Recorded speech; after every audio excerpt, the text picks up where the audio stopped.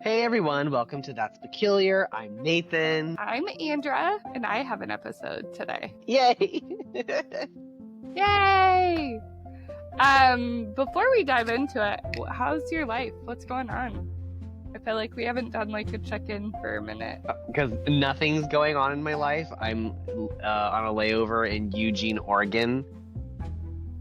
And then I'm working. There's nothing. That's so funny. And that's why the background's all different. Yeah, I'm staying in like a sport-themed hotel. Oh, how's that? Yep. It's fine. My fridge didn't work last night, and so I had to like have them give me a new fridge. It was a whole thing.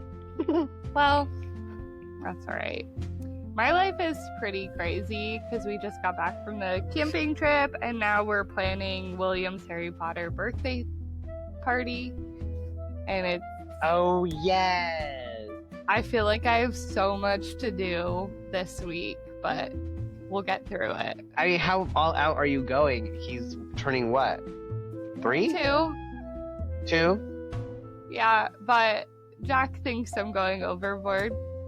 I think I'm going moderate. I'm gonna have to agree with Jack.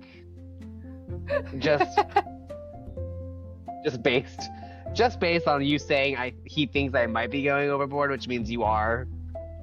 I don't know. I think I'm doing an average good job. He's turning 3, not like 8 or 7. 2. Or 9. He's turning 2. 2. Sorry, he's turning 2. Sorry, he's still 2. Like, it doesn't have to be a whole lot of like shenanigans. Like, that's what Jack said. He's gonna be happier just running around, but I'm like, I don't care. yeah, it's not about William. It's about you. Kinda.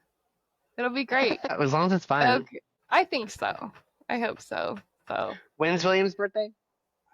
The 17th. Yeah. And that's the actual day we're hosting it. So it'll be super fun. Yeah, that's Sunday. Sunday the 17th. Yeah. Yeah, we're gonna have some of like fun toys. I've seen people do this online where they put like a balloon attached to it. Like his favorite toys are wishing him happy birthday. That's cute. Yeah, we'll see. I feel like I'm like running out of time though, so we'll see what I can get done. But yeah, you have like 7 days. Yeah. And I wanted to do the like happy birthday Harry cake that everyone does. Yeah. So I'm supposed to like make that. I'm making cupcakes. I'm making like fun little snacks. If you're making a cake, why are you making cupcakes? Because I have little cupcake decorative thingies. And they're cute. No. Too much. Okay, but when I send you a really cool video of what my house looks like, you're going to be like, just enough. No, I'm going to be like, that's really cool. But for a 2-year-old, it's a lot. It might be also for me. It's for you, be honest. This will live in my memory forever of his 2nd birthday. So, and plus, you don't know. He might want another Harry Potter themed birthday. But maybe you'll be burned out from the first one. I don't think so. Okay. Well, continue. my fun fact today is a little morbid, actually. Before 1956, refrigerators could only be opened from the outside. And previously, they used to have a little bit more space in them. I don't know if you've seen an old refrigerator. Yes. So this often led to tragic accidents where children would die locked inside of them. They would run out of air. Mm-hmm. Yeah. Or like, did you ever try and put your cat or anything in the freezer? No, why would I do that? I didn't either, but I feel like that's in movies and stuff where like they're like, don't put your cat in the fridge. That would never cross my mind. That's where the food goes. Yeah, well, I'm sure it happened. They just say children, but I'm pretty sure a cat probably got locked in there at one point or another. I mean, I would have liked to have hid in the like fridge to scare someone, but there's too many shelves and taking them out's a nightmare. And today we have kind of an well, it is an interesting topic. I just didn't get to do as much of a deep dive, but I mean, it's still 5 pages long, so it's probably good. There's just even more to this that you could probably go into. How I have it laid out, just to give everyone an idea, I did verified facts and then I did speculations. Oh, okay. So I'll go through and I'll tell you, like, this is verified, but sometimes I'll tell you, like, this is speculated or embellished. Doesn't mean it's not real. Doesn't mean it is. So, so is this based on true story or is it fictional? It's a true story. Okay. We're talking about the Dybbuk Box. And What's the Dybbuk Box? Yeah, we'll dive into it. But I did learn how to pronunciate that. I looked it up. I also have the pronunciation here. It's Dybbuk. Dybbuk. Come at me if you want. Well, how's it spelled? Dybbuk. I'll give it to you. Yeah, Dybbuk. So in Jewish folklore, a Dybbuk is a malicious, restless spirit. Oh. It's said to be the dislocated soul of a dead person that attaches itself to a living host. Ew. I wish everyone like could see your face right now. Yeah, but we're talking about a Dybbuk box. The way that you said it, like dislocated soul from a dead person attaching to another person, like this saying dislocated soul is like, ugh. Well, I'm glad it got that response because your face was pretty hilarious. So essentially, we're talking about a, kind of soul living in a box because we're talking about a Dybbuk box. A Dybbuk box. So it's a Dybbuk, but it's trapped in a box instead of a person. Potentially. We'll get through it. So the word comes from Hebrew, and it means to cling or to adhere. Oh. So the concept of the Dybbuk is well documented in Yiddish literature and Jewish mysticism, especially within Kabbalistic tradition. And I looked that up as well. I was going to say that there was no hesitation there. Good job. I had to. Stories of... This is the one that's hard. It's Dybbukum. That's the plural of the word Dybbukum. Emerged in Eastern Europe. Plural? Yeah, that's the plural of Dybbuk. Wow, okay. So it emerged in Eastern Europe between the 16th and 18th centuries, often describing them as spirits who had unfinished business or who were being punished for sin. Yes. Interesting. How they were removed. This is just some historical context before we actually dive into the story. I'm afraid. In traditional belief, a rabbi trained in exorcism rituals, often using shofar blasts, which is the ram's horn, and sacred incantations could drive a Dybbuk away. Oh, okay, cool. So just sounds and incantations. And the ram's horn. Yeah, the ram's horn, the sound of the ram's horn. For some reason, my brain went red hot poker, body parts, tearing things out. I wonder why. I don't know what that says about you, but it just seems like it. Like I didn't think that. A ram's horn blow and some incantations would do it. It's just a dislocated soul. Well, rabbis are trained in exorcisms. Well, some of them are, apparently. We actually talked about that in Poltergeist, didn't we? The rabbis? Yeah, I think we talked about a rabbi coming to clear the set. I think we talked about it in something else. I don't think it was a rabbi. Oh, shaman. Yeah, it was a shaman. He was a shaman. Yeah. Okay.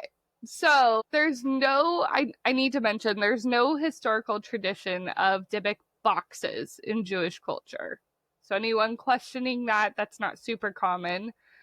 This is important because what became the Dybbuk Box legend is more of a modern creation. Interesting.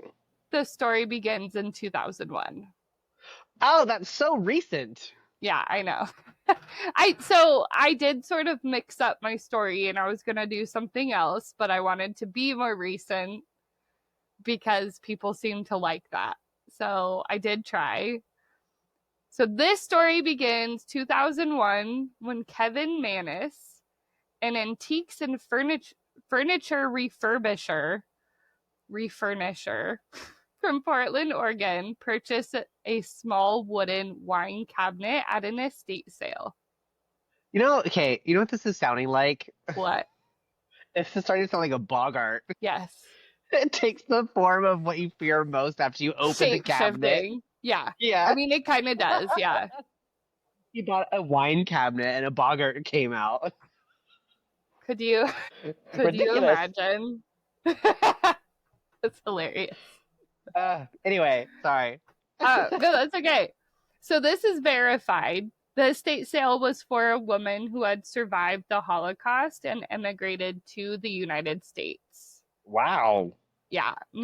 So verified. Manis learned, there's no question about this. This is where he got it. Manis learned from the woman's granddaughter that the cabinet had been brought over from Portland after World War II and was kept in her sewing room. It was allegedly never opened, as the grandmother insisted it should remain closed. Yeah, I know. Yeah. Not a big fan of that either. Why did we bring it over then if it's going to stay shut? So nobody else would have it. Destroy it. Burn it. Leave it there. Let someone else deal with the consequences. Wouldn't that just let the irritated or mean soul out with unfinished business? That's why you just leave. Then you leave it there. Let someone else deal with it. It's not your problem anymore. I'm not taking any freaking boxes from you. You survived the Holocaust. Get out of there. Leave everything behind. Start new. Just start fresh. Yeah, I probably would actually. Well, Kevin Manis decided to refinish the box and gift it to his mother. Within minutes of receiving it, his mother suffered a stroke. In minutes? Yeah, she survived, but Manis took the box back. I like how that's not just the timing of it all. It's yep, it was the box. I'm going to take this back. This was not supposed to be opened. I know it. I mean, it could have been a coincidence still. I mean, yeah, you're right, but he did report a series of strange events.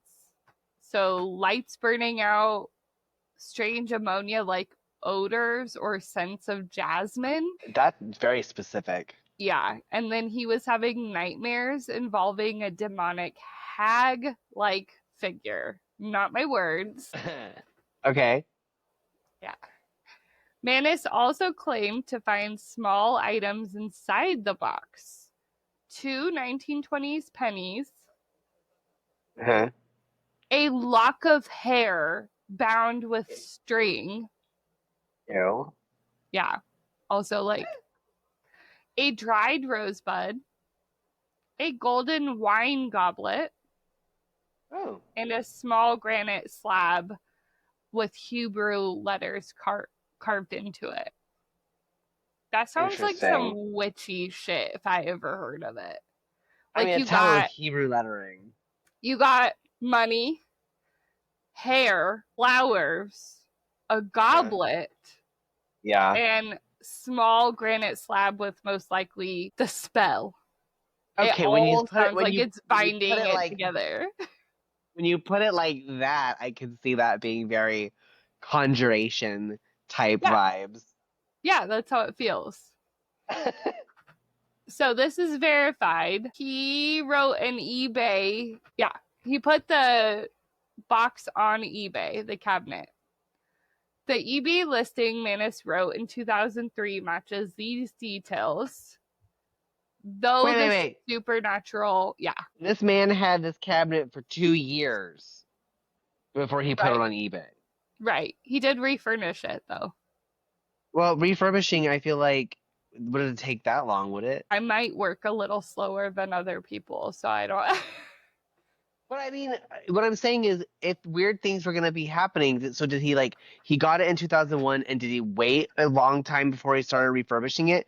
Because if you were gonna refurbish something and you opened it, for example, wouldn't that weird things supposedly have started happening sooner? He was having weird things happen, and then he decided to put it up on eBay. I don't know. I just feel like having a nightmares regularly, but I mean, like if it was like over a 2 year period, sure, but I don't know. Continue. I'm just Well, I'm just talking out loud with my thought process of why it took no, him 2 years to put on eBay. I understand the questions with that. I have no idea why he waited 2 years, because I personally would have been like, this gave my mom a stroke, let's just get rid of it. But I'm Yeah, not also a person that would be trying to sell it on eBay. So, like, no, I don't I think this just guy and I run in the same circles. I'd probably actually just take it to the dump and be like, deal with it. This is terrible and nobody should have it. Yeah. Yeah, But this guy is trying to sell it.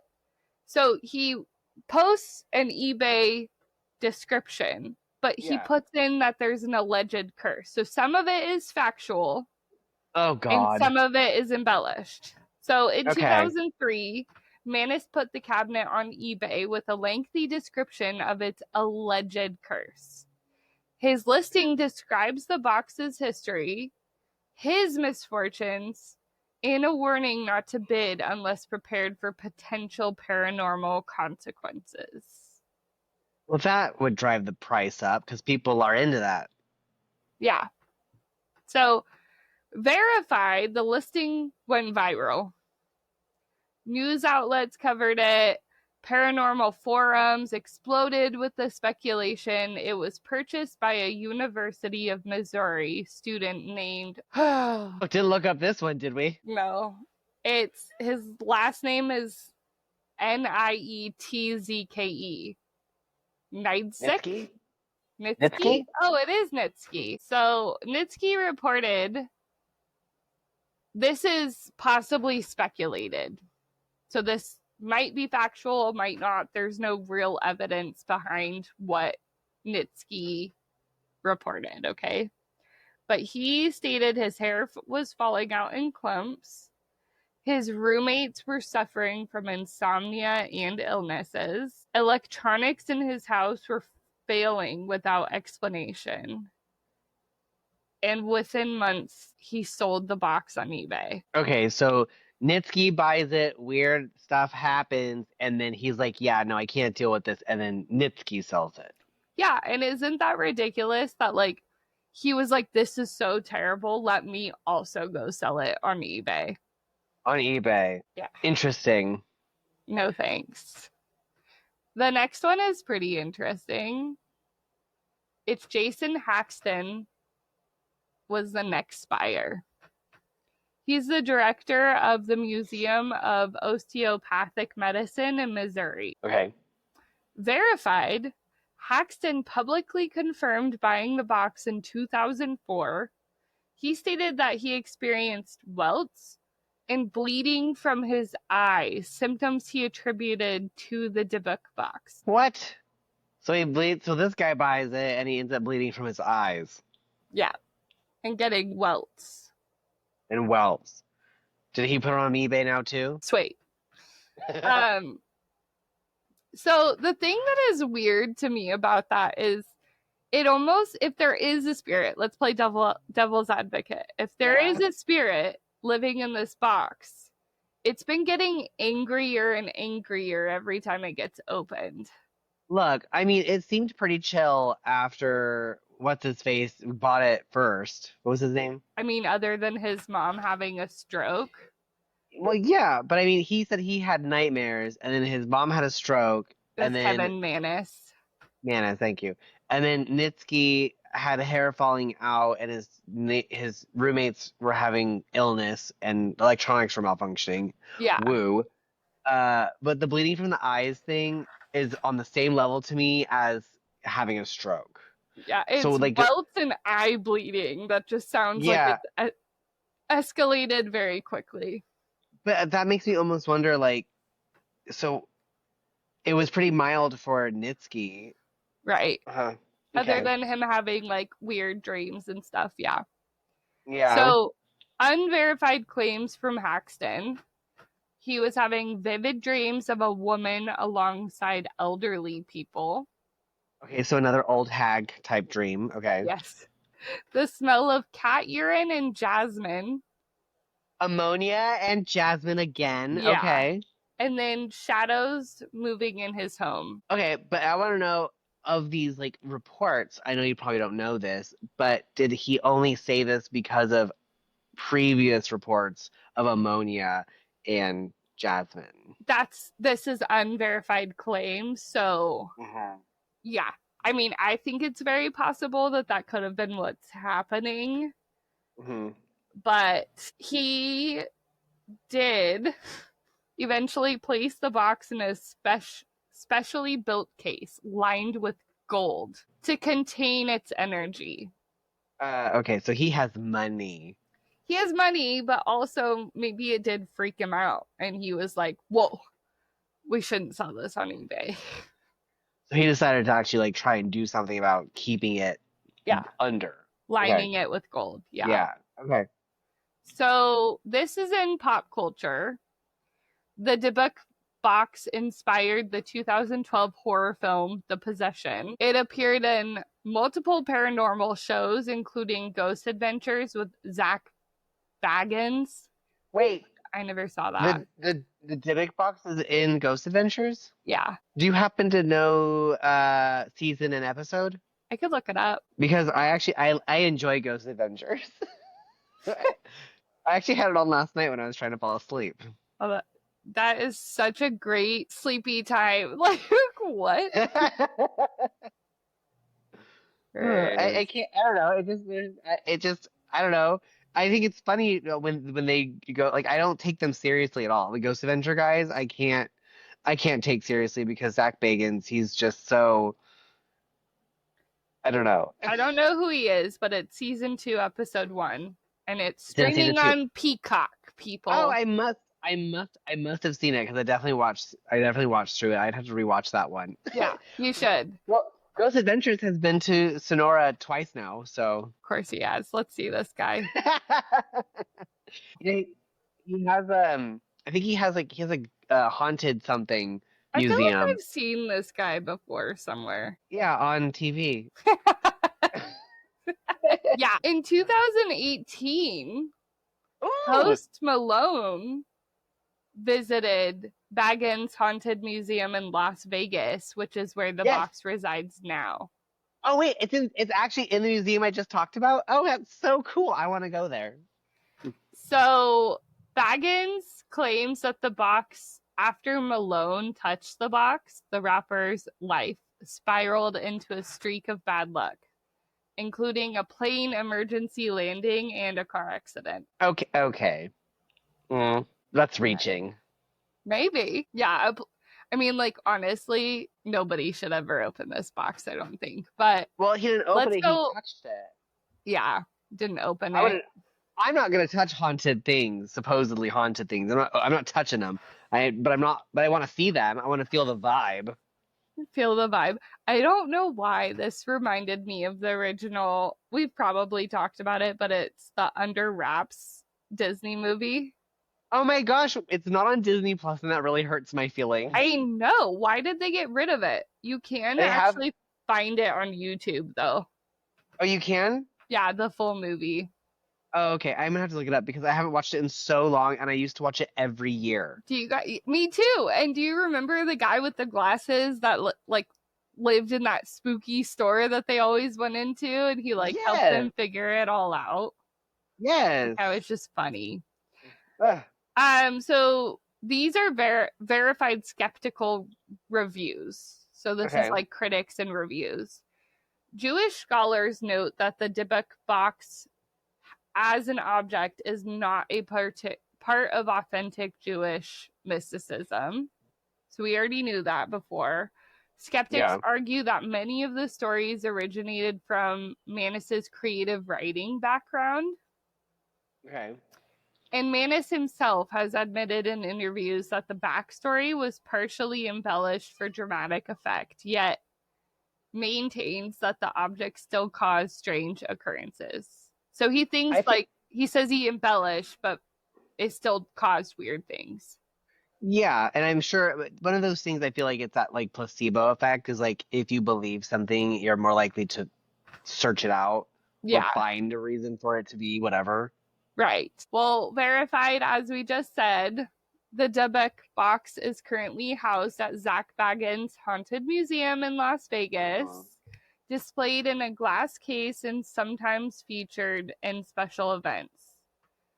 Bagans has claimed that opening the box has caused fainting, uncontrollable crying, and electronic malfunctions in the museum. These claims are unverified. Of course they're unverified. Yeah. There's no way to verify them. I would need people who have gone to that place and been like, oh yeah, it was definitely a creepy box. And, like I would need multiple eyewitnesses to tell me a story for me to believe it. I don't believe Zak Bagans. I don't believe Manus. I don't believe, I have a very high skeptical view of this particular box. Oh, good. So tell us more, because we're about to wrap it up. Tell you more. I feel like because Manus was just trying to get rid of it and like make some dough, when he was writing his little description of it, he crafted a curse attached to it, regardless of whether or not there was one, just because the granddaughter said that the grandma had originally insisted it never be opened with no explanation. Right. Like it could just be that never should have been opened because it was just antique and it just needed to be protected. Or maybe those were like special trinkets of hers. Like maybe it could have been her daughter's hair when it was first cut. You know how moms save stuff like that? Yeah, and it's almost like when your family has fine china that never gets used ever, but you're never allowed to open the cabinet that has it. Yeah. Don't touch it, don't look at it, don't open it. Yeah. You get in trouble. That's what this like wine cabinet would remind me of. Like maybe when it came over, before it was shipped back over, like it did have like a lot of expensive, maybe fine glasses and things like that. And so it was just like, don't open it, don't touch it. And so whatever guy wrote that stupid cursed box. Yeah, he wrote the cursed box thing. And then his mom just coincidentally had a stroke upon receiving the box. And then Nitsky, he was in what? He said he was in college, right? Right. Yeah, he was in college, so he's getting to an age where his body is changing anyway, and you're stressed from college anyway, so your friends, of course, are going to get sick and have weird dreams. There's a lot of different things that can explain the weird things that are going on. Then Post Malone was just going to have bad luck anyways? Yeah, you go through seasons. Like, I go through a month or two where I hardly get randomed when I go to the airport for additional screening, and then I go through months where I am screened all the time, and it really annoys the crap out of me. Mm-hmm. It just happens. You go through seasons. I like that. Yes, there are seasons of whatever, and I just feel like people are trying to capitalize on this, and then so now we have a cursed box that actually isn't cursed at all. Yeah, and doesn't have a whole lot of actual like history tied to it. No, there's no other history that you had. You had grandma that said don't open it, and Manus was like, it's cursed. Yeah. No, I agree with you, and it was actually really fun to do this episode because some of them I'm like, wow, that story is crazy, or wow, this is that. But this has like caused a lot of like it was on news televisions from being that eBay post, and then they made a movie about it, and I just thought that this was like such an interesting idea because of how much it blew up over nothing. I think people enjoy the idea of inanimate objects holding a power like that, or like a curse like that. And it just takes one person in the right circle to make something start to spiral. Yeah. So like So like somebody who's like really into the occult could see this cabinet and be like, oh, it seems like this. And then of course then you go to Reddit and then it just spreads and then the news I don't know why the news would pick it up Oh, this like scary box is on eBay. yeah, a scary box on eBay. Yeah. We have no documentation about this box, but the eBay post says that it's cursed. Just sources. Yeah, I know. I'm also really looking forward to the weather cooling down and getting into spooky feels. So this was kind of fun to look into because it's like, I don't know, it sort of felt like an intro into the season. Welcome fall. It's coming. It's on its way. I know this weekend it's only supposed to be like 84 here. Oh, that's nice. I know. I'm so excited. How's Oregon? It's actually not bad. They're having a heat warning. Yeah. In Eugene, 98 degrees. You're like, yeah. That's like, cold to me. Yeah, I was like, that's nice. You're like, where's my sweater? Yeah. Oh, girl. Since I've been in Phoenix, like 70 degrees to me, I'm like, ooh, I'm cold. I need a sweatshirt and sweatpants. Good. I love it. I'm so glad you're in Phoenix, though. Yeah. Well, I'm ready for spooky season, and I just can't wait. And this was a nice, fun little tidbit to give you guys.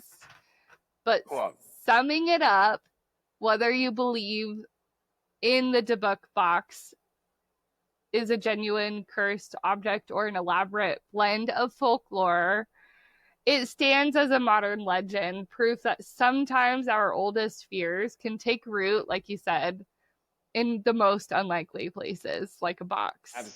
Absolutely. Yeah.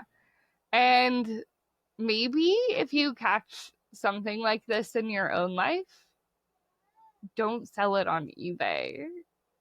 Just maybe. Just drop it off somewhere on the side of the road. Yeah. Or like take it to the dump like we had talked about. And maybe also don't touch evil things like Nathan had said. Don't touch things. Yeah, don't touch it. So most of this information, if you want to find it, was found. There's you can actually look at the original eBay listing. It's the 2003 Kevin Mannis.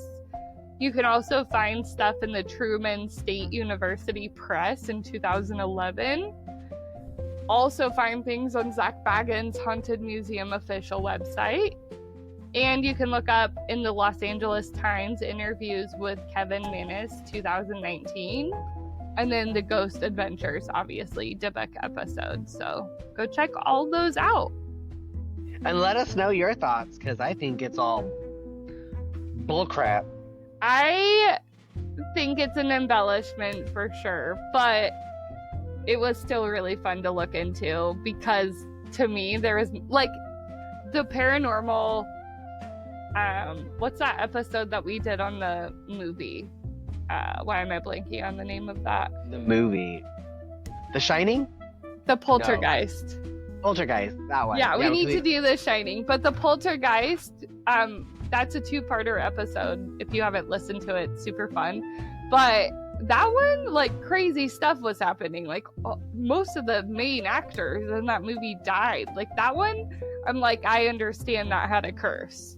Yeah. Why people think regularly. There's a curse. Yeah, it was like weird crap was happening all the time. Constantly.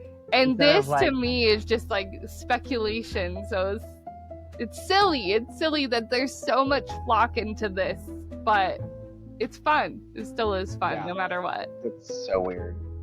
All right. Well, thank you everybody for joining us on today's episode of That's Peculiar. Thank you. We'll see you next time. See ya. Bye. Bye.